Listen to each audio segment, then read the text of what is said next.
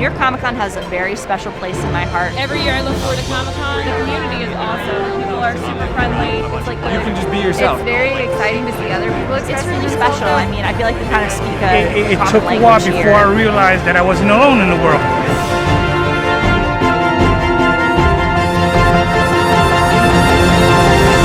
It's 100 worlds in one. It's just home.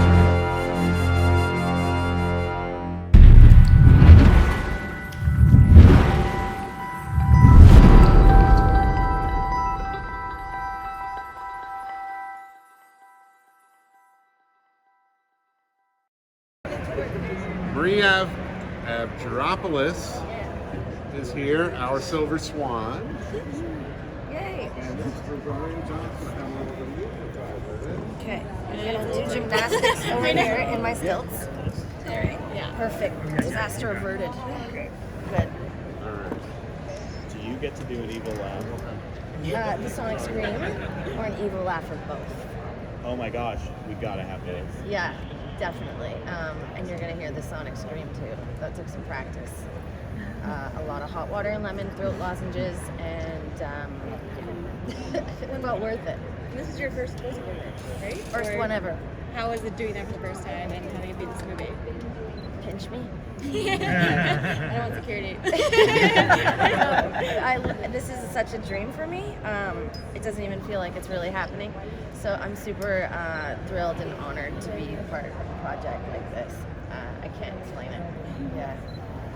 And what's that like? She has an interesting arc. I mean, she has anger towards her mom, and yet she's being mentored by Wonder Woman. Right. So what's it like to play kind of like that dynamic?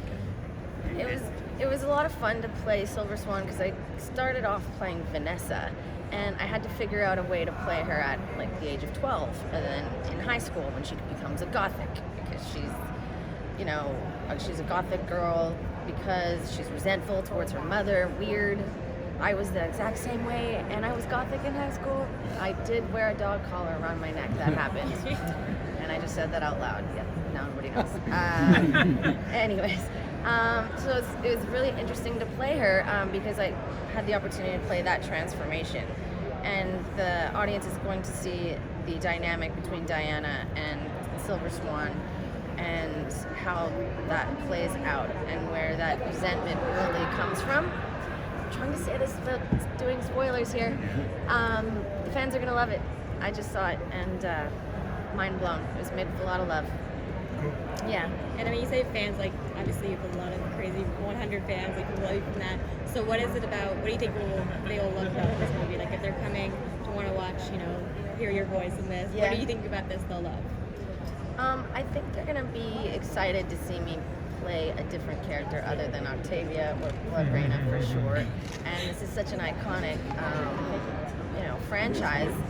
And they're going to see the different sides and shades of Vanessa and Silver Swan, and I think they're just going to be really excited to see me in a different light. Not that Octavia was a shabby part, though. No, I love Octavia. You've had quite an arc with her. Yeah, I mean, I've been playing Octavia since I was 24. I'm 33 now. It's going to be hard to say goodbye to her this year. I'm probably going to cry on the last day, because she's really become a part of me, and I feel like I've learned a lot from her and grown as an actress, and of course to say goodbye to the rest of the cast. But I feel totally blessed. It's been like a wild ride, 7 seasons. Like, wow. Yeah, stoked. Yeah, it's pretty good. What's it like being alone in the voice booth compared to being in such a physical? It's amazing. You can do anything from show up to in your pajamas, pass gas, no one would know. No, it's a different beast altogether. Being able to tell a story with your voice instead of typically telling a story with my body. So I've really enjoyed that creative process, and I do find it allows you as a performer to be a little looser and have more options. Yeah, you're not in like a little box. You're creatively free. Yeah. But Marie did have a higher degree of difficulty than most. She recorded from Vancouver, and I think you had like a Skype with West, right? Yeah. So she wasn't even like across the glass. She had to relate that way. So. Yeah, I was in Vancouver filming The 100 and season 6, yes, and had to Skype with all the directors and producers, and I was kind of all by myself, and I was like, okay, well, here goes nothing. I hope I don't screw this one up. But everyone's been really happy with the project, and I'm really looking forward to you all seeing it tonight. It's dropping tonight. Did they find a studio for you to Skype from? Pardon? Did they find a studio for you to Skype from? Yep. Okay. Yeah, like where we ADR the 100, same spot. Yeah, and it's my very first time meeting the whole cast today, so it's interesting, you know, to see everybody's part come together, all the puzzle pieces and the amazing products that was made with a lot of love. But what's it like to be in the Wonder Woman universe? I mean, she's such an iconic character. I still can't believe it.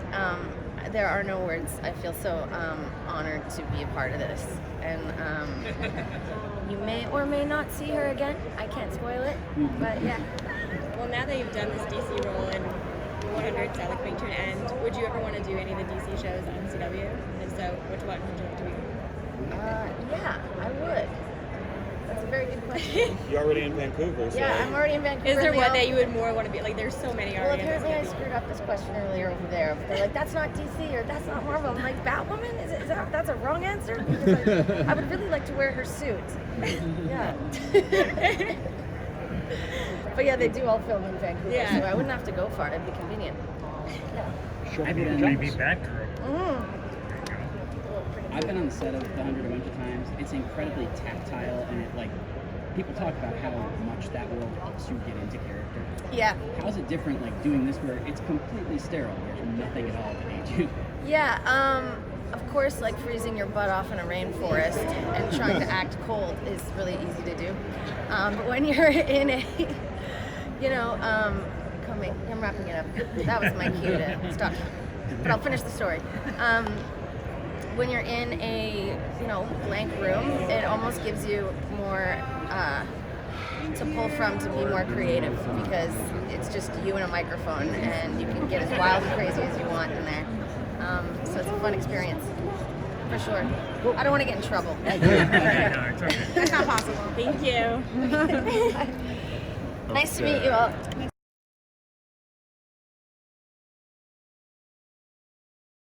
Hello. You got about 3 or 4 minutes. 3 or 4 minutes, no pressure. Hi everyone. Hello. How's everyone doing today? Yeah, fine. How are you? Having a good con? Good. What was it like working with? We were talking to Sam Liu, and he said that usually animated movies and superheroes usually 80% men, 20% women. What must have been like working with an almost all female cast, apparently 2 guys only? Yeah. Yeah. The times are changing. Yeah. Aren't they? Yeah. The time is now for women, which is great. It was a totally unique experience for me because I've never done any voice work before in my life. So, and today's the day where we all met for the first time as well. I was all the way in Vancouver filming, doing the voice work for Wonder Woman Bloodlines, in between shooting season 6 of The 100. So all the directors and producers were on a Skype call, and I was just alone in there, just hoping I didn't screw it up. But I saw the final project and product, and you guys are going to love it. It drops today, and the fans are going to freak out. So what are the pros and cons of doing voice work compared with, like a live-action TV series? The pros and cons. It's interesting because I'm usually used to telling a story with my body, so to completely switch it up and do it with your voice feels very freeing as a performer, especially because before she becomes Silver Swan, first she's Vanessa, and she's a young Vanessa, and then she's a teenage Vanessa. And before she does her transformation, I had to transform my voice at the same time to play all these different ages. So it was a challenge. I don't know about a con, but it was definitely a journey. Are you familiar at all with the comic? How did you prepare for this role? I did some preparation for the role for sure. I didn't realize how popular of a character she was in the comic book world, and then I was like, okay, that's Sonic Scream. I better start working on that. Yeah. It requires some hot water and lemon, make it a double, and some throat lozenges, but it sounds great. You guys are going to see it today. You find it, what difficulties would you say you found becoming a superhero in a voiceover situation? What difficulty? Yeah, what was the main complication for you when you were doing the role? Was it straightforward? Did you find it quite straightforward? Yeah, I mean, I found it pretty straightforward for sure because I have been a storyteller for quite some time. But again, you're just when you're in a booth completely by yourself. Versus having scene partners that are typically right there with you is definitely a unique experience and a challenge in itself. You can't bounce off anything else. Yeah, you can't bounce off other people. It's, me, myself, and I. Don't screw it up.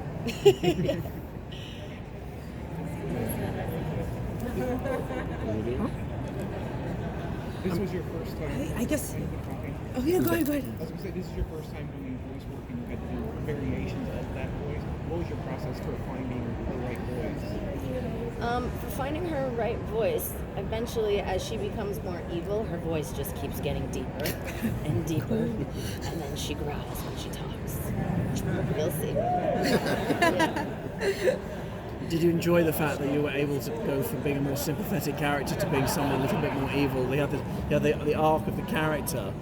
You know, she starts off as quite a positive character, and then she becomes more flawed, and certain things happen. Yeah. Did you enjoy that transformation? I did. Yeah. It's really fun as a performer to play a character that isn't flat, that just has different ages, and the journey is different. And she starts off as relatable, and then she certainly is unrelatable by the end of the movie, but very entertaining to watch. So of all these versions of the character, was there one you particularly enjoyed playing?